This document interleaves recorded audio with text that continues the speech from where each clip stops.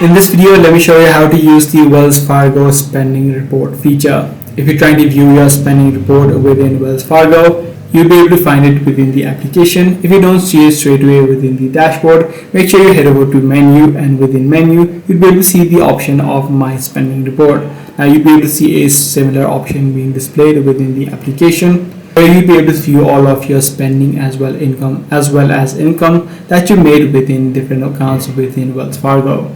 You'll be able to view a dashboard where all of the categories are automatically separated, as well as you have the option of reassigning the transaction. So for example, if you spend $50 for shopping and if you mistakenly did it, you can simply swipe it and then send it to groceries instead of shopping. So you do have the feature as well as you can set up a spending limit. If you're trying to cut down on your spending, you'll be able to set up a spending limit so that you get an alert or a notification as soon as you go out of budget. So that's pretty much all there is to it. If this video was helpful to you, be sure to subscribe. I'm going to see you in the next one.